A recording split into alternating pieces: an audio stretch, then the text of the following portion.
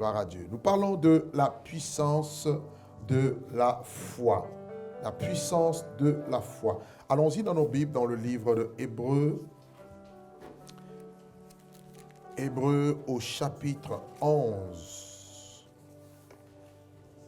Notre texte de base ce matin est tiré de Hébreux 11, le verset 17 au verset 19. Hébreux 11, le verset 17 au verset 19. C'est par la foi qu'Abraham offrit Isaac lorsqu'il fut mis à l'épreuve et qu'il offrit son fils unique. Lui qui avait reçu les promesses et à qui il avait été dit en Isaac, tu auras une postérité appelée de ton nom. Il pensait, Abraham pensait que Dieu est puissant, même pour ressusciter les morts. Waouh! Aussi retrouva-t-il son fils, ce qui est une préfiguration. Dis avec moi la résurrection. Tu peux le dire avec beaucoup plus de vie. Dis avec moi la résurrection. La finalité de la foi, on verra, c'est dans la résurrection. Romains chapitre 4, le verset 17 à 21.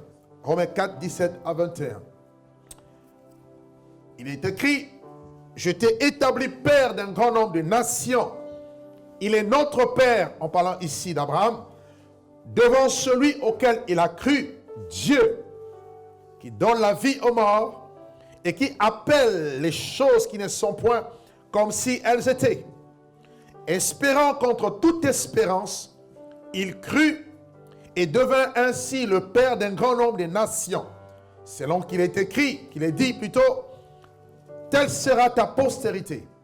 Et sans faiblir dans la foi, il ne considéra point que son corps était déjà usé, puisqu'il avait près de 100 ans, et que Sarah n'était plus en état d'avoir d'enfant. Elle ne pouvait plus, son état ne lui permettait plus d'avoir d'enfant. Mais la Bible dit, il ne douta point par incrédulité au sujet de la promesse de Dieu, mais il fut fortifié par la foi, donnant gloire à Dieu. Et ayant une pleine conviction que ce qu'il promet, il peut aussi l'accomplir. Abraham avait une pleine conviction, certitude. Et nous avons défini la foi comme la confiance en Dieu. Nous parlons bien sûr de la foi en Dieu. Nous parlons ici de la foi, de cette conviction, pleine conviction que nous sommes appelés à mettre dans le Seigneur, en Dieu. Car il y a des personnes qui ont la foi, mais il y en a qui ont la foi dans leur idéologie, il y en a qui ont foi dans leur religion. Mais nous ne sommes pas dans une religion, nous sommes dans une relation. Voyez-vous, Dieu veut que nous puissions avoir une relation de père à fils, de père à fille, de fille et de fils à père. Voyez-vous? Et cette relation doit être solidifiée, doit être consolidée, basée sur la foi. Car la foi nous amène et nous transporte dans les domaines spirituels. Dieu est esprit et on ne le voit pas. On ne peut pas le toucher. On ne peut pas le sentir. Mais nous sommes formés de la chair. La chair ou le corps, la vue, il est question de 5 sens. Et avec nos sens, il est difficile de percevoir des choses qui sont dans l'esprit. Et pour que nous puissions accéder dans le domaine spirituel, ou surtout dans la sphère où Dieu règne et contrôle toutes choses, il nous faut la foi. Et la foi, c'est comme ces yeux qui nous permettent de voir dans l'invisible. La Bible dit, Moïse, devenu grand, il va refuser d'être appelé fils de la fille de Pharaon. Pourquoi? Parce qu'il avait les yeux fixés sur la rémunération. Il a vu son avenir. Et la Bible dira, il a vu celui qui était dans l'invisible. Donc la foi te permet de voir les choses dans l'invisible, les promesses de Dieu dans l'invisible, et tu commences à croire et tu prends des décisions maintenant pour arriver dans ce que Dieu a réservé pour toi. La foi est une ferme assurance des choses qu'on espère qui sont dans la sphère spirituelle, non palpable, dans ce qui est immatériel, métaphysique en quelque sorte, et pour ensuite les démontrer dans le monde physique. Car avant que la chose ne soit manifestée dans ce monde, sur cette terre, c'est d'abord spirituellement conçu. Et la foi, non seulement c'est les yeux qui nous permettent de voir l'invisible dans le domaine de Dieu, dans la sphère où Dieu règne et siège, dans le conseil de Dieu, la foi est aussi cette main qui nous pousse, qui nous amène à aller vers Dieu, à toucher les sceaux de Dieu et à les amener dans notre vie ici. C'est pourquoi la foi est la puissance de Dieu. Paul dit une chose: je n'aimerais savoir parmi vous autre chose que Jésus crucifié. Il dira aux Corinthiens, lorsque j'étais chez vous, j'étais dans un état de crainte et de tremblement. Mais ma parole et ma prédication ne reposaient pas sur des discours persuasifs d'une quelconque sagesse, mais sur une démonstration d'esprit et de puissance. Pourquoi? Afin que votre foi soit basée non sur les raisonnements, la science, tout ce qui est raisonnement humain, mais sur la puissance de Dieu. Notre foi n'est pas basée sur des légendes. Notre foi ne doit pas être basée sur ce qu'on dit. On a dit que, il paraît que. Non, notre foi est basée sur ce que Dieu dit. Car ce que Dieu dit, il a le pouvoir de l'accomplir. Ce que sa bouche déclare, sa main l'accomplit. Et il est digne de confiance. Voilà pourquoi tu dois avoir foi en Dieu. Car quand Dieu déclare quelque chose, il sait aussi que c'est capable, c'est possible que la chose qu'il t'a dite vienne à se manifester. Voilà pourquoi tous les grands hommes de la Bible étaient des hommes de foi. On les appelle les héros de la foi. Pourquoi? Car c'est par la foi qu'ils ont réalisé ils ont réalisé des grandes choses. Par la foi, ils ont quitté des dimensions je dirais, de bassesse pour aller dans les hauteurs. C'est par la foi qu'ils ont saisi des grandes choses. C'est par la foi qu'ils ont vaincu des pays. C'est par la foi que Dieu a appelé, lorsqu'il a appelé Gédéon, il lui a dit vaillant héros, alors qu'il était encore petit, il était faible, venant d'une famille pauvre, mais Dieu l'appelle vaillant, car Dieu ne regarde pas ta condition. Dieu ne regarde pas la réalité que tu vis, mais Dieu regarde ce qu'il est capable de faire de toi. Par la foi, il peut changer ton état, il peut changer ta vie, il peut changer ta réalité. Je peux voir quelqu'un dont la réalité est en train de prendre une autre forme, quelqu'un dont la réalité est en train de changer à cause de la vérité de Dieu, car la vérité est au-dessus de la réalité, car tout ce que tu vois n'est pas tout ce qui existe. Il y a des choses qui existent, mais que tu ne vois pas encore, qui sont dans le spirituel, qui vont se manifester dans le physique. Oh, j'aimerais que quelqu'un dise, j'ai besoin de la foi. Est-ce que quelqu'un est avec moi? La foi est spirituelle. La foi, on ne peut pas le voir. On ne peut pas la voir, mais on peut la voir. Je ne le vois pas ma foi, mais j'ai la foi.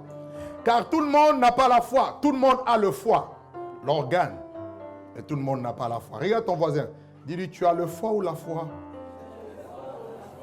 Je te conseille d'avoir le deux. Alléluia. Nous avons tous le foie, l'organe, n'est-ce pas? Ah. Mais tu dois aussi avoir la foi. Comment avoir la foi? Quelqu'un me dira. La Bible déclare que la foi vient de ce qu'on entend. Et ce qu'on entend vient de la parole de Christ, de la parole de Dieu. Cette parole révélée, Réma, cette parole que Dieu t'adresse, ça peut être par une vision, par une prophétie, par une conviction interne, parce que tu es en communion, en relation avec Dieu. Dieu te communique sa parole. Et lorsqu'il communique ta parole, en fait, cette parole devient ta parole. Et tu dois commencer à la vivre et à la déclarer, car en la vivant et en la déclarant, elle va finir par se faire chair.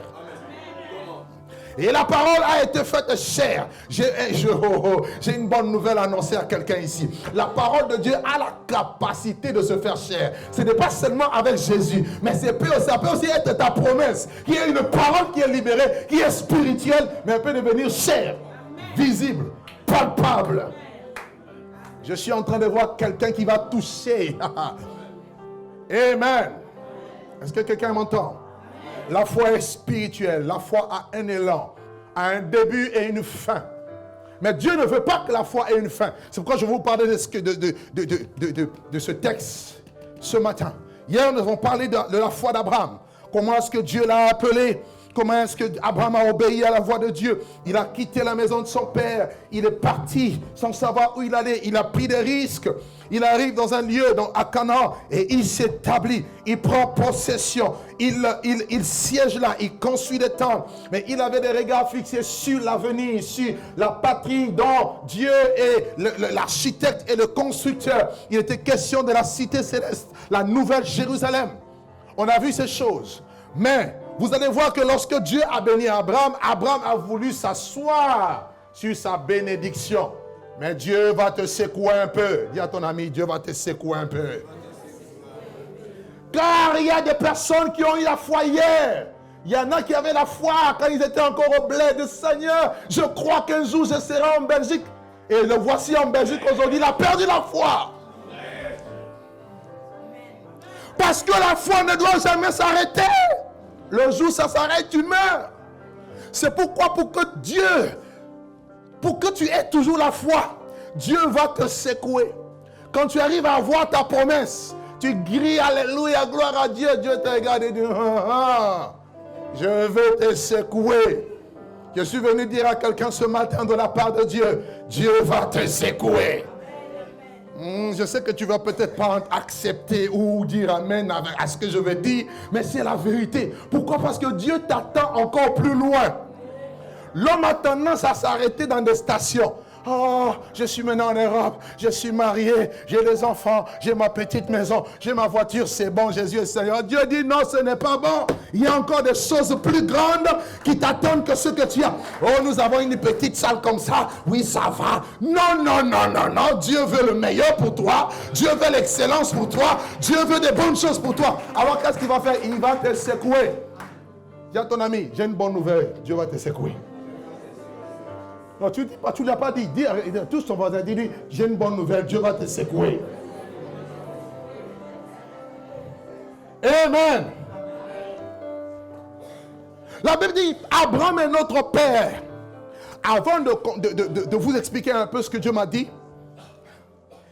le Seigneur m'a montré tout à l'heure 2 dimensions où je dirais, on fait attention maintenant au mot dimension, 2 aspects de la foi qu'Abraham a démontré.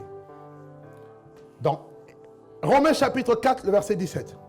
La Bible dit qu'il a eu foi en Dieu qui appelle à l'existence des choses qui ne sont point comme si elles étaient. Suivez bien. Dans la première dimension de la foi, il y a la dimension où Dieu appelle à l'existence les choses à partir de néant. Cela veut dire que Dieu est le créateur. Genèse chapitre 1, verset 1, vous notez. La Bible dit, au commencement, Dieu créa les cieux et la terre. En hébreu, cela signifie Bereshit bara Elohim etz hashamayim varetz. Et le mot créé dans Genèse 1, verset 1, dans l'hébreu, ça signifie bara. Et le mot bara veut dire créer à partir du néant. Or, aujourd'hui, quand on dit que quelqu'un a créé quelque chose, oh, quelqu'un a créé ceci, il va prendre quelque chose qui existe et il fabrique et il dit, j'ai créé. Mais quand Dieu crée, il ne prend rien qu'il transforme. Du néant, il appelle à l'existence et ça arrive. Ça, c'est mon Dieu. Il est spécialiste de la création. C'est pourquoi j'aimerais parler à ces hommes intellectuels qui pensent que le monde est le fruit ou le produit de l'évolution. Ils sont complètement dans l'erreur. Pourquoi?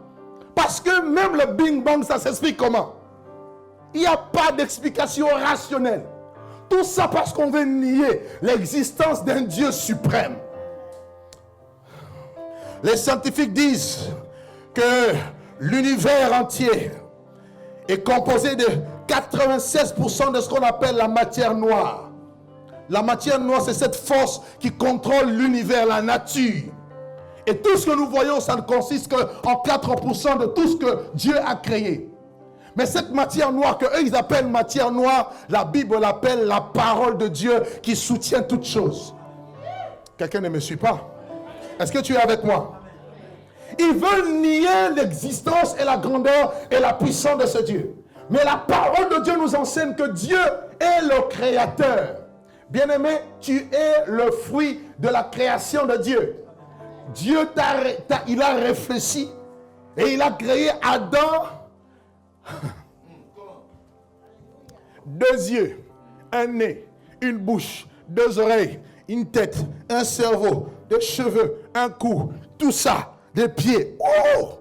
Et regarde quand tu es habillé, regarde quand tu te maquilles, et regarde quand tu marches. Regarde les lunettes que tu mets. Regarde, quand tu regardes la glace, tu dis, je suis beau gars. N'est-ce pas? Qui a fait ça? Non, dis-moi, c'est la théorie de l'évolution? Si la théorie de l'évolution devait marcher, alors on devait continuer à évoluer. Comment? Mais pourquoi on n'évolue plus? Pourquoi tu n'as pas 6 mains?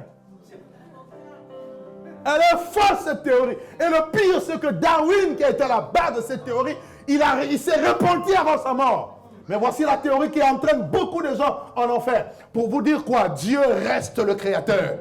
Et bien aimé, j'aimerais vous dire, Dieu n'a pas arrêté de créer. Il ne s'est pas arrêté de créer depuis Genèse. On pense que Dieu a créé le monde en 6 jours et puis c'est fini. Non! Il s'était arrêté par rapport à la grande œuvre de la terre.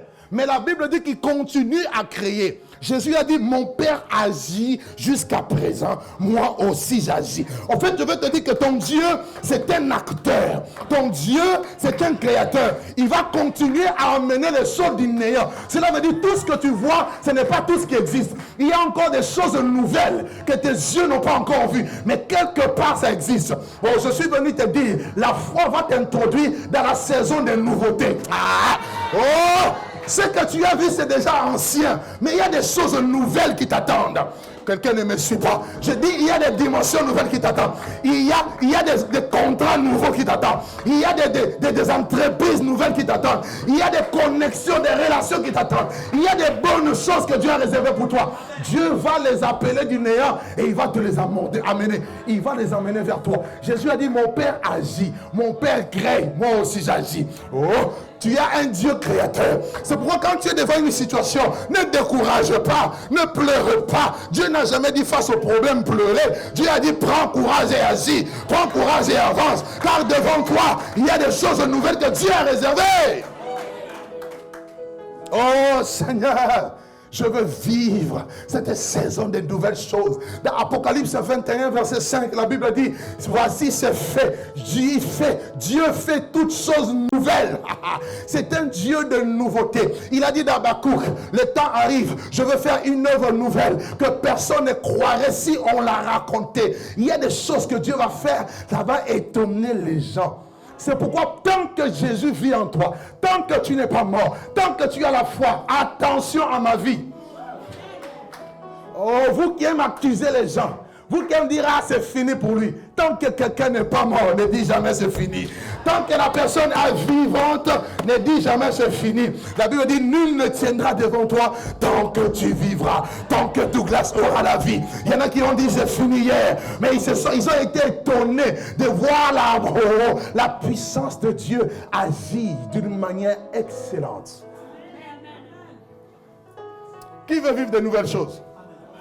Qui veut vivre de belles choses? C'est pourquoi la vie chrétienne, ce n'est pas une vie morose. La monotonie, c'est fini. Non. Le temps arrive où il faut la créativité. Dieu veut faire de toi son chef-d'œuvre. Quelque chose de beau. Après avoir créé, lui-même il dit non, Dieu vit que tout était très bon. Lui-même, il est content de voir ce qu'il fait.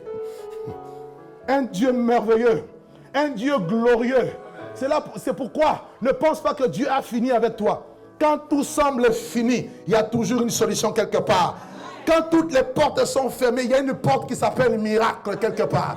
Quand ça ne va pas, David dit, Dieu ouvre un chemin, même là où tout semble fermé. Même au milieu du désert, il va frayer un chemin pour toi. Oh, ici on n'avance pas. Ici, non, Dieu va frayer un chemin spécialement pour toi parce que tu as la foi. Car quand tu rentres dans la foi, tu rentres dans la dimension de l'impossibilité des hommes. Mais tu es dans la dimension de la possibilité de Dieu. Car rien n'est impossible à Dieu et tout est possible à celui qui croit. Si tu crois, cela veut dire rien n'est impossible à celui qui croit. Qui croit ici? Qui croit sincèrement qu'il a la foi? Alors, si tu as la foi, si tu crois vraiment, crois aussi que rien n'est impossible à toi. En fait, tu dis Amen. Mais en réalité, ce n'est pas ça. Parce que, pourquoi je le dis? Parce que tu confesses les choses par rapport à la réalité. La foi doit t'amener à la confession. Je crois et je déclare. J'ai cru, c'est pourquoi j'ai parlé. Et c'est de l'abondance du cœur que la bouche parle. La foi te donne une altitude. Une attitude, pardon. Et ton attitude te donnera une altitude. Je donne un exemple. Vous savez, je connais un homme, lui, il n'avait rien. Il était pauvre. Mais il avait tellement la foi que c'était un millionnaire. Chaque jour, il s'est acheté juste un costume et une mallette. Et il se nommait Joe Ballard. Joe Ballard signifie un gars qui a beaucoup d'argent. Et chaque jour, quand il marchait, il avait son sac. Tout le monde l'appelait Joe Ballard. Joe Ballard, ça va, ça va. Mais quand tu lui demandes même un euro, il n'a pas. Mais le problème, c'est que Joe Ballard est devenu réellement millionnaire.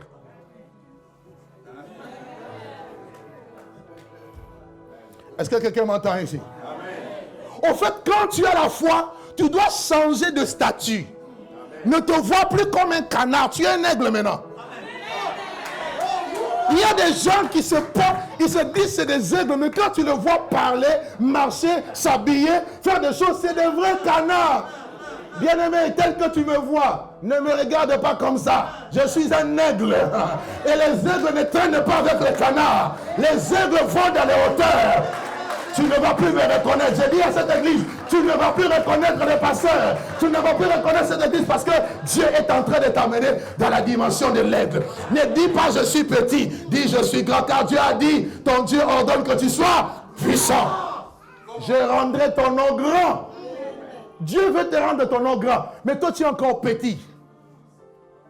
Tu vas dans des rendez-vous en babouche. Non, c'est l'humilité. Tu penses que l'humilité, ça a des apparences? C'est dans le cœur. Habille-toi bien. Maquille-toi bien. Maquille d'abord l'intérieur bien. La sainteté, la pureté, la crainte de Dieu. Mais l'extérieur aussi. Il y a des frères et sœurs qui veulent le mariage, mais ils ont une apparence bizarre. Qui va te regarder? Dieu voit le cœur, mais les hommes ne voient pas le cœur. Les hommes voient ce qu'ils voient. Alléluia. Amen. Commence à te laver, habille-toi bien, parfume-toi bien. Quand on passe comme ça, quelle odeur. Ah, Sandra, tu as brisé mon cœur. Parce que Sandra a compris, même si je ne suis entre autres sans papier, mais j'ai déjà le papier du ciel. Et l'homme et la femme que Dieu a réservé, il est en train de venir. Dieu va créer. Qui sont célibataires ici? Non, c'est sérieux, rapidement. Qui sont ces célibataires? Qui sont ceux qui veulent se marier? Qui sont ceux qui veulent se marier? Merci Jésus, alléluia. Voici, ce sont les violents qui se l'emparent. Tu reçois déjà ta part. Ce sont les violents qui se l'emparent. Ce sont les violents. Ah, acclame Dieu, ce sont les violents qui se l'emparent. Change de démarche.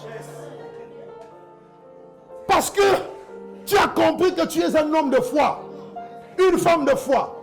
Pendant que tu es en train de changer d'attitude, ton attitude aussi est en train de changer.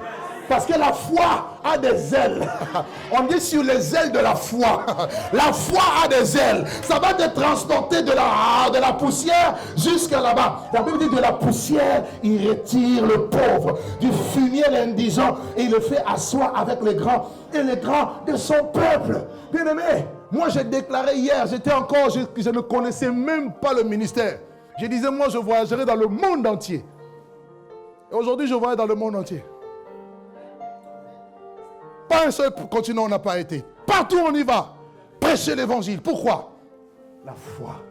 La foi t'amène à déclarer. Or, quand on entend les chrétiens, ils sont négatifs. Ils sont pessimistes. Rien ne va. Ils se plaignent tout le temps. Arrêtez de vous plaindre. La foi ne se plaint pas. La foi fait de toi un vainqueur. Ça va aller. Ça ne va pas, c'est vrai. En réalité, ça ne va pas. On te pose la question. Tout va bien. Dis à ton ami, tout va bien. Ça va maman? Tout va bien. Ça va papa? Tout va bien. Parce que quand tu déclares tout va bien, les bonnes choses aussi arrivent. Parce que tu les as déclarées. Dieu va appeler de nouvelles choses. Dieu va créer à partir du néant. Je te le dis prophétiquement. Pendant que je priais, Dieu m'a donné ce message. Il m'a dit, dis à ce peuple, je veux continuer à agir. Mais quand il va agir, ne t'arrête pas à ce que Dieu te donne. Parce que le jour où tu t'arrêtes à ce que Dieu te donne, tu vas mourir, ta foi va mourir. Voilà pourquoi après nous sommes comme satisfaits. Évitez la satisfaction. Avec Dieu, vous devez toujours être en quête de quelque chose. J'ai gagné un territoire, j'ai conquis un territoire, je dois chercher à conquérir un autre. Car lorsque vous arrivez dans une phase de satisfaction, vous allez commencer à stagner. Et votre foi va prendre un coup. Voilà pourquoi quand Dieu a béni Abraham, il a eu Isaac après avoir eu Ismaël avec Agar, la foi d'Abraham commençait à stagner. Et la Bible dit, Dieu mit Abraham à l'épreuve. Voilà pourquoi Dieu envoie des fois des épreuves. C'est pour te secouer. Tu comprends? C'est pour te secouer. Tu es trop dans le confort. La foi là ne plaît plus à Dieu. Il faut une foi active, une foi dynamique, une foi en mouvement.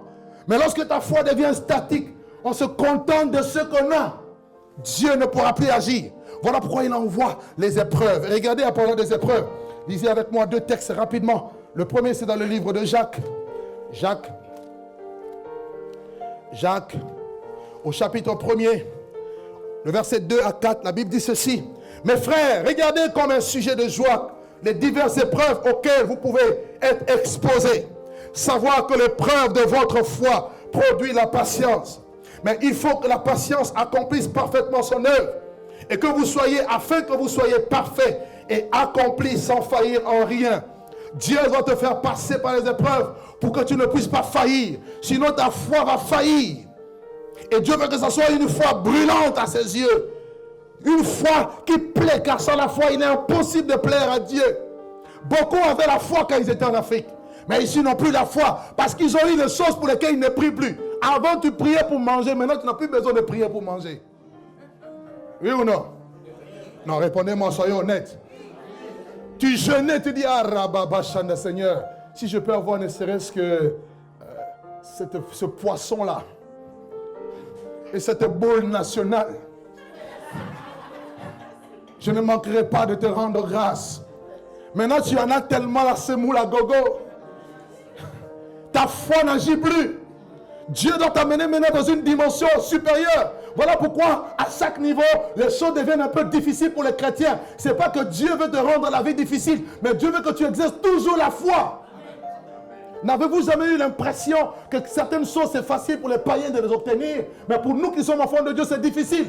Ce n'est pas que c'est difficile, ou Dieu veut rendre les choses difficiles, mais Dieu veut que tu continues à t'exercer par rapport à la foi. Voilà pourquoi il permet ces épreuves. 1 Pierre chapitre 1er. 1 Pierre chapitre 1er. Le verset 6 au verset 7. La parole de Dieu déclare ceci. C'est là ce qui fait votre joie. Quoique maintenant il est faux, vous soyez attristés pour un peu de temps par diverses épreuves, afin que l'épreuve de votre foi, plus précieuse que l'or périssable, qui cependant est éprouvé par le feu, ait pour résultat la louange, la gloire et l'honneur lorsque notre Seigneur Jésus apparaîtra. Le but des épreuves, c'est de purifier ta foi. Comme ta foi est comme l'or. Si cet or ne peut pas passer par le feu, il ne peut pas briller. Et Dieu veut que ta foi puisse briller afin de lui donner la gloire, afin de vivre, d'expérimenter la gloire de Dieu. Voilà pourquoi Dieu permet des difficultés pour que les enfants de Dieu cherchent Dieu, crient à Dieu, supplient le Seigneur. Et ces feux, ces difficultés ressemblent au feu qui nous purifie, qui nettoie notre foi, afin que notre foi soit toujours pure. Et quand notre foi est pure, cela plaît à Dieu, car sans la foi, il est impossible de lui être agréable. Alléluia. C'est pourquoi notre père Abraham, après avoir reçu la promesse, Dieu l'a mis à l'épreuve. Tu seras éprouvé. Dieu te mettra devant des situations difficiles. Mais il ne t'abandonnera pas. Alléluia. Il sera avec toi. Et regardez ce que Dieu dit à Abraham. Offre-moi ton fils, ton unique. Waouh. Le fils que tu m'as donné par la promesse, offre-le. Bien-aimé, si tu veux que ta foi augmente, la foi puissante, c'est une foi qui est attachée au sacrifice. Une foi sans sacrifice ne plaît pas à Dieu. Est-ce que quelqu'un m'entend? Pour que ta foi ait du prix aux yeux de Dieu, tu dois sacrifier. Tu dois payer un prix. Tu dois payer un prix. Dieu va te demander ce qui te coûte cher. Dieu doit te demander ce que tu aimes. Lui, c'était Isaac, son fils unique.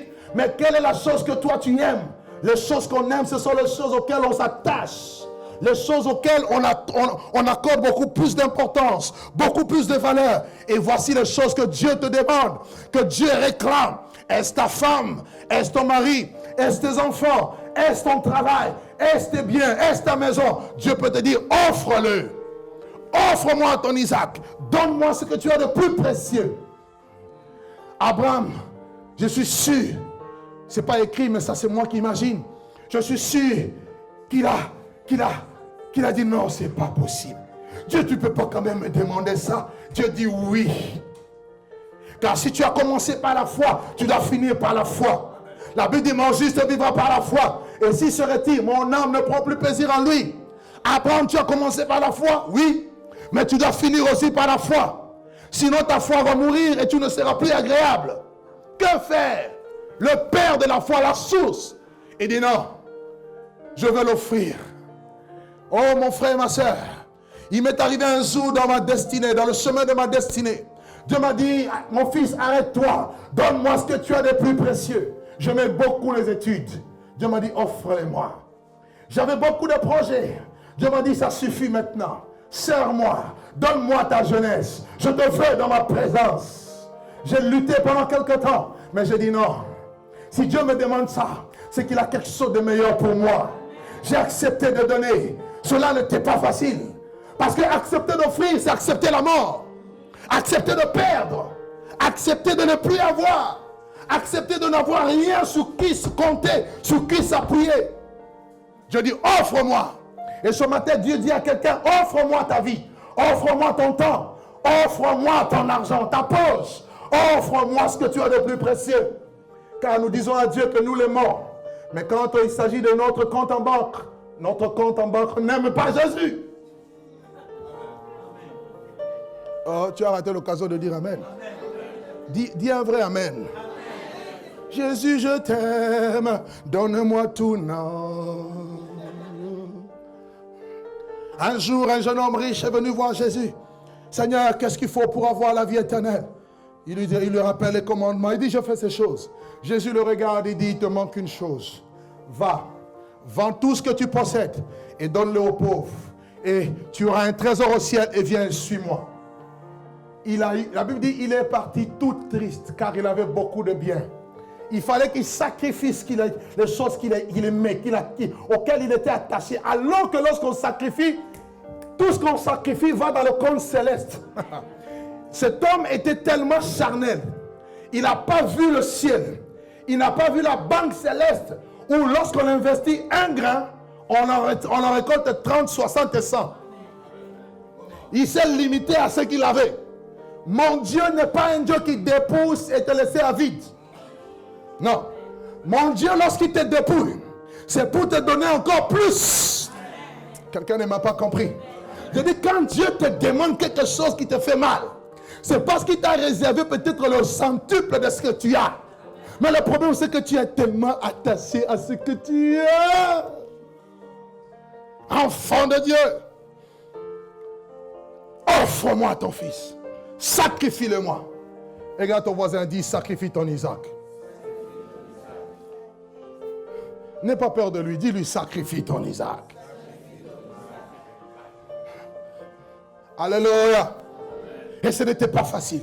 Offre-le en holocauste. L'holocauste était un sacrifice qui était entièrement consumé. La Bible dit, Abraham obéit. Il prit son fils. Il prit le feu. Il prit le bois. Il prit le couteau. Et il prit deux de ses serviteurs. En fait, à partir du moment où il a obéi, quelque chose d'Abraham était mort. Bien-aimé, tant que tu ne meurs pas, ta foi ne veut jamais atteindre la perfection. Tant qu'il n'y a pas la mort, ta foi n'atteindra jamais la perfection. La Bible dit, ayant le regard sur Jésus, qui suscite la foi et qui l'amène à la perfection, en échange de la gloire qu'il devait recevoir, il a souffert l'ignominie, c'est-à-dire la croix. Tu ne peux pas vivre la gloire de Dieu sans un renoncement, sans un prix à payer. Tu ne peux pas expérimenter la puissance de Dieu sans que tu ne lâches quelque chose. Quand Dieu t'appelle à des grandes choses, attends-toi aussi à abandonner beaucoup de choses et à sacrifier beaucoup de choses. Et Abraham est parti. La Bible dit qu'il a fait 3 jours de marche. Bien aimé, ceci est prophétique. À partir du moment où il a accepté de sacrifier son fils, Abraham était déjà mort. En fait, dans le cœur d'Abraham, Isaac était déjà mort. Et c'était prophétique. Isaac, le fils unique, représentait Jésus-Christ dans ce temps-là, dans le temps de la promesse. Et la Bible dit qu'ils ont marché pendant 3 jours. Jésus est resté combien de jours dans la mort? Et regardez maintenant le mystère. Ils arrivent là, ils parlent aux serviteurs, ils disent, attendez-nous ici. Nous montons sur la montagne pour adorer et nous reviendrons. Bien aimé, la foi, le sacrifice se fait sur la montagne, dans la présence de Dieu, dans les hauteurs, dans l'intimité avec Dieu. Et là-bas, ce sont les fils qui montent et non les serviteurs. Si tu es serviteur, tu resteras toujours en bas. Deviens fils et tu vas monter dans les hauteurs. Ça, c'est pour quelqu'un. Et Abraham a dit autre chose. Nous allons adorer et nous reviendrons. Oh, Dieu t'a dit tu vas sacrifier. Mais pourquoi toi tu parles de l'adoration? La foi est liée à l'adoration. Tu n'as pas compris. Tous les adorateurs ont la foi. Si tu n'as pas la foi, tu ne peux pas adorer. Jésus dit quoi? L'heure vient où les vrais adorateurs adoreront le Père en esprit et en vérité. Ce sont là les adorateurs que le Père demande, recherche. Or aujourd'hui, trop de gens adorent Dieu par la chair. Charnel. Et la foi n'est pas charnelle, la foi est spirituelle. La foi, je reconnais que Dieu peut tout. Je m'incline quand les 24 veillards adorent Dieu. Ils se prosternent devant la majesté de ce Dieu. Mais les chrétiens ont du mal à se prosterner. Ils jettent leur couronne, leur mérite. Mais te voilà là, tu es boss. Dans la présence de Dieu, tu es boss, assis comme un boss. Dis à ton ami, tu deviens charnel. Non, j'avais dit qu'aujourd'hui, vous n'avez pas bien m'aimer. Dis à ton ami, tu es charnel. Oh, tu dis pas, hein? En fait, à 13h, je m'en vais à Paris. Mais c'est la vérité que je te dis. Il y a des choses qu'on ne reçoit pas. Parce que nous venons avec les mauvaises attitudes, de mauvaises postures. Dieu seul doit être adoré. Nous devons nous prosterner. Dis à ton ami, prosterne-toi devant Dieu. Dis-lui, prosterne-toi devant Dieu. Moi, il y a des gens qui viennent me voir, pasteur, impose-moi la main pour avoir ceci. Je dis, je ne t'impose pas la main. Si tu ne respectes pas le Dieu par qui les choses se passent, qu'est-ce que moi je peux t'apporter? Je ne t'impose pas la main. Commence par respecter Dieu. Et nous avons trop d'impolis spirituels, mais des intellectuels, impolis spirituels. Frère, ce que je dis, c'est la vérité. Ça peut nous choquer, mais c'est la vérité. Changeons nos attitudes. Devant Dieu, il est un grand roi. Il est élevé en dignité. Devant lui, soit on se prosterne, soit on est debout. Amen. Même quand tu viens à l'église malade, tu dis, Dieu, je me mets debout, guéris-moi. Tu vas vivre des miracles rien que pendant l'adoration. Pourquoi? Parce que tu apprends à honorer ce Dieu. Il dit, nous montons adorer et nous reviendrons. Mais attends, Dieu t'a dit, va sacrifier. Comment ça se fait que vous allez revenir? En fait, Abraham était déjà, pendant qu'il marchait avec son fils, il est entré déjà dans une nouvelle dimension de la foi. Vous savez laquelle? La foi en la résurrection. Et si Dieu a appelé Abraham père de la foi, c'est pas parce qu'Abraham était la première personne à manifester la foi.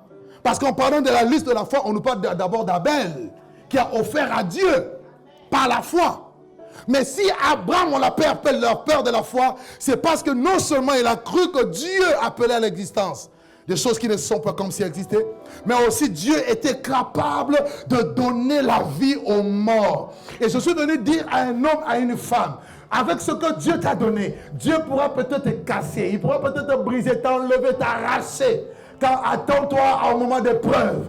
Un jour, Dieu a mis Job à l'épreuve. L'ennemi a détruit tout ce qu'il avait. Job a dit, le Seigneur a donné, le Seigneur a repris, que le nom du Seigneur soit béni. Voilà l'expression de la foi. C'est-à-dire la foi ne regrette pas, ne pleure pas. La foi ne tergiverse pas. La foi rend grâce à Dieu pour tout.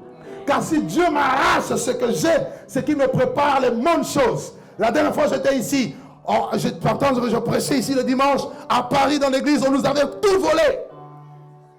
Mais je peux vous assurer, Dieu nous a donné des choses meilleures que ce qu'on avait. Pourquoi? Parce que Dieu te réserve toujours le meilleur. Alléluia. Touche ton voisin comme ça, dis, il y a un meilleur qui t'attend. Qui veut les meilleures choses? Qui sont ceux qui veulent les meilleures choses? Moi, je veux les meilleures choses. Et Abraham, lorsqu'il est monté, il était prêt à sacrifier, à tuer son fils. Dans son cœur, il avait déjà tué. Depuis 3 jours, il était déjà mort. Et au moment où il a voulu sacrifier, Dieu lui a dit, arrête, ne tue plus l'enfant, car je sais maintenant que tu crains Dieu. Et Abraham, il a dit, l'Éternel sur la montagne, il se pourvoira lui-même. À partir de là, il a nommé cette montagne-là du nom de Yahvé Jireh. C'est pour dire quoi? Lorsque tu rentres dans la dimension de la résurrection, avec la foi, où Dieu peut t'arracher les choses, mais quand il t'arrache, il te donnera des bonnes choses, tu peux dire Dieu se pourvoira. Mon frère, ma soeur, toi qui as perdu quelque chose, un homme est venu pour te demander un mariage et puis ça n'a pas abouti. Une femme avec qui tu étais en relation, ça n'a pas abouti. Une affaire que tu faisais, ça n'a pas abouti. Tu commences à avoir l'impression que Dieu t'a abandonné. Mais Dieu m'a dit de te dire, il ne t'a pas abandonné. Il est juste en train de te faire passer par l'épreuve de la mort. Car il n'y a pas de résurrection sans la mort. Il n'y a pas de gloire sans épreuve. Tu ne peux pas briller tant que tu n'es pas passé au creuset. Tant que tu n'es pas passé par le feu. Et Dieu m'a dit, je veux faire passer mon église par le feu, par les épreuves, afin de les purifier, de les préparer à des choses glorieuses. Oh oui, des choses glorieuses ont été dites sur toi. Dieu te réserve de belles choses. Dieu ne te voit pas dans la mort. Même si les gens disent, il est comme Lazare dans la tombe, il sent déjà. Mais quand Jésus viendra, il dira, ôtez la pierre, enlevez l'incrédulité, enlevez les doutes, enlevez la peur. Jésus va crier, Lazare sort. Je suis venu te dire les situations qui étaient bloquées, compliquées. Jésus est le maître de la vie. Lorsqu'il se présente quelque part, toute chose obéit. Et oui, quelque chose aussi m'a choqué. Je ne savais pas que les morts écoutaient. Quand vous avez un cadavre, vous lui parlez, le cadavre ne va pas écouter parce qu'il est mort. Mais devant la voix de Dieu, le cadavre écoute. Devant Lazare était dans la tombe 4 jours. Il a entendu, il y avait plusieurs morts. Si Jésus avait dit mort, sort, sortez, plusieurs cadavres allaient sortir. Mais Jésus a identifié seulement Lazare. Il dit Lazare, sort. La Bible dit le mort sorti, c'est-à-dire qu'il était mort, il n'entendait plus bien. Tu ne peux plus entendre la voix des hommes. Mais la voix de Dieu, on entend même si on est mort.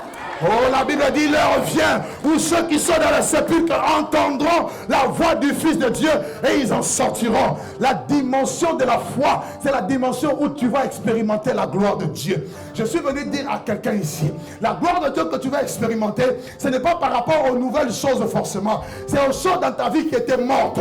Mais Dieu te donne maintenant le pouvoir de sa parole. Il met sa parole dans sa bouche et il dit maintenant déclare. Il te dit maintenant parle. Il dit aux pauvres, il dit que les pauvres disent que je suis riche. Dieu reconnaît que tu es pauvre, mais Dieu t'interdit de dire que tu es pauvre. Que les faibles disent qu'il est fort. Dieu reconnaît que tu es faible, mais il interdit de te dire que tu es faible. Passe à la situation. Ceux qui étaient morts, tu vas commencer à parler. À partir de maintenant, oh, je ressuscite mon mariage.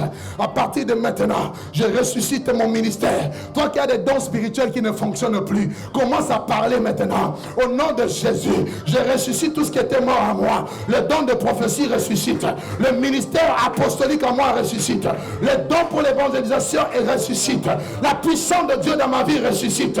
Le ministère de la gloire, alléluia, ressuscite. La délivrance ressuscite. La guérison ressuscite. Commence par Face au problème, va par le problème. Va voir tes enfants qui sont dans la délinquance. Je déclare que mes enfants vont servir Dieu.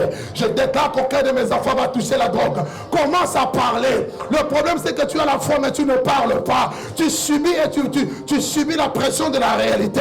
Tu n'es pas dans la réalité, mais tu es dans la vérité de Dieu qui dit qu'il peut parler aux morts. Il te dit, osement de sécher. Écoutez la parole de Dieu. Écoutez la parole de Dieu. Les hommes ont entendu. Il y a eu un mouvement. Oh, je suis en train de voir prophétiquement en Belgique un mouvement de réveil. Un mouvement des enfants de Dieu qui se lèvent pour prier, gêner, chercher Dieu. Je vois une sœur en train de chanter la gloire de Dieu descendre. Oh, je vois les malades guéris. Je vois les cancers sortis de corps. Je vois les paralytiques marcher. Je vois l'onction de Dieu. Oh my God, oh my God, oh my God. Je dis, je vois l'onction de Dieu descendre sur l'église. Pourquoi? Dieu dit, réveille-toi, toi qui dors. Relève-toi d'entre les morts. Christ t'éclairera. Bien-aimé, il est temps. Il est temps. Le temps dont on parle maintenant, c'est le temps où tu dois te réveiller. C'est le temps où l'église doit rentrer dans sa position, dans sa dimension. Oui, tu n'es pas n'importe qui. Oh, touche ton voisin, dis-lui, tu n'es pas n'importe qui.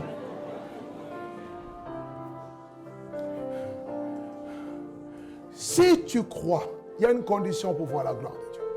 Si tu crois, tu verras la gloire de Dieu.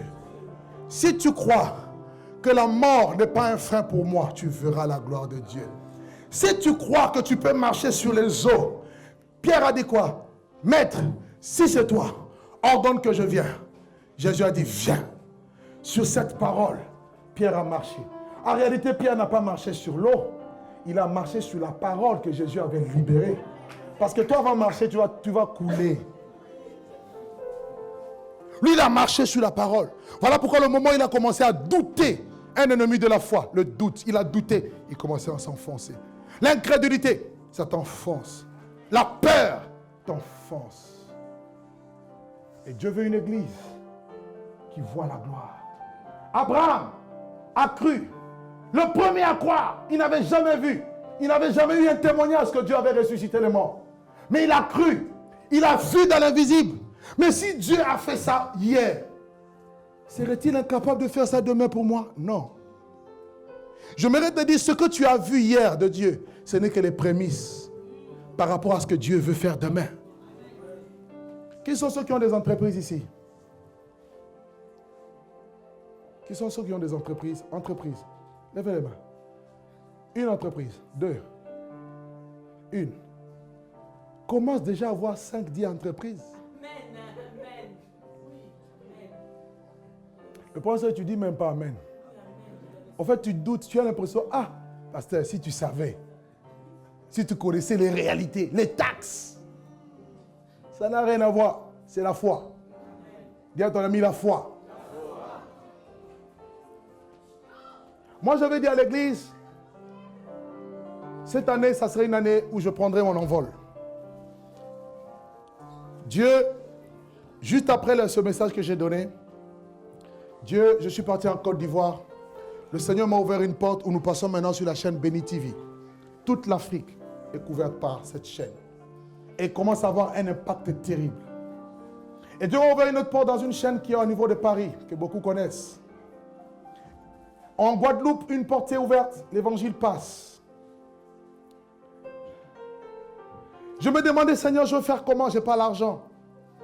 Dieu m'a dit, déclare. Je vous assure, j'ai déclaré du néant, les choses arrivent.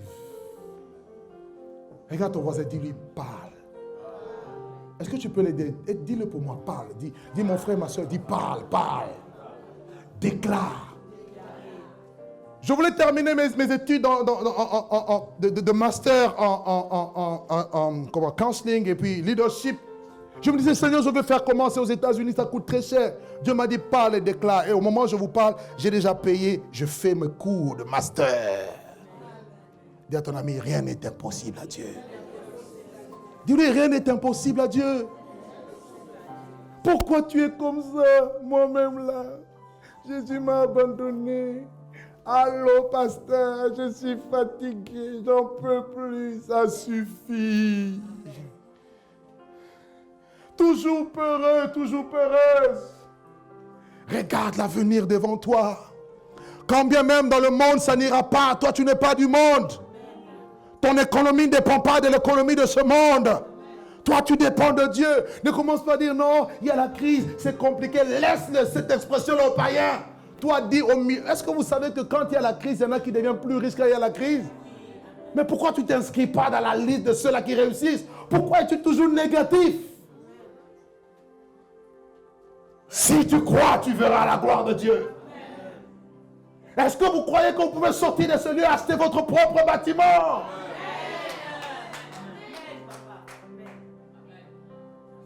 Il y a très peu d'amen, pasteur. Il y a très peu de foi. Augmente notre foi. Dis à ton ami, c'est possible. Je vais souvent au Canada, je vais prêcher dans une église, ils ne sont même pas 50 personnes. Ils m'aiment beaucoup, je vais souvent.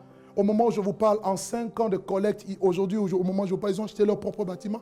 Ils ne sont même pas 50. Ils ont cru et ils ont sacrifié. Ils se sont donnés. Et aujourd'hui, ils ont réalisé cela. Bien-aimés, lorsque vous n'avez rien, les autorités de ce pays peuvent nous maltraiter comme ils veulent. Mais lorsque vous avez un héritage, personne ne peut vous l'arracher. Et vous pouvez vous imposer dans la ville. Et il faut que les enfants de Dieu entrent dans la dimension de la foi. Jusqu'à quand seras-tu locataire? Locataire à vie. Dieu comprend. Ah bon? Mon Dieu n'est pas locataire de la terre. Il est propriétaire de la terre. Ah, comme Dieu, il est propriétaire de la terre. Le ciel et la terre lui appartiennent. Vous pouvez acheter. Dis à ton ami, on peut acheter, c'est possible.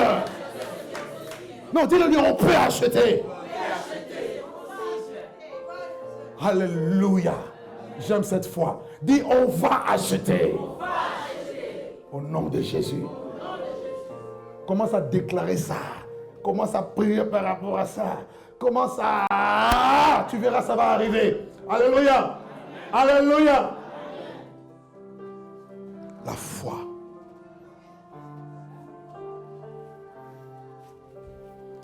Qui a perdu la foi ici? Qui n'a plus la foi comme il devait avoir? N'aie pas honte, lève ta main. Si tu penses que tu n'as plus vraiment la foi, lève ta main. Merci. Merci. Je veux voir les mains. Merci. Qui d'autre? Oh, merci, merci, merci.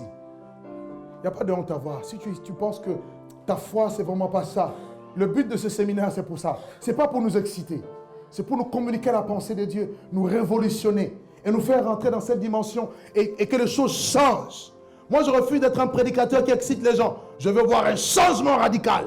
Je veux voir des vies transformées. Je veux voir des vies possédées. Les gens possédés. Hier, j'étais peut-être ignorant, où le diable a joué avec moi. Maintenant, c'est fini. Qui? Qui d'autre? Ok, levez-vous. S'il vous plaît. Vous tous qui avez levé les mains. Levez-vous. Venez ici. Venez devant.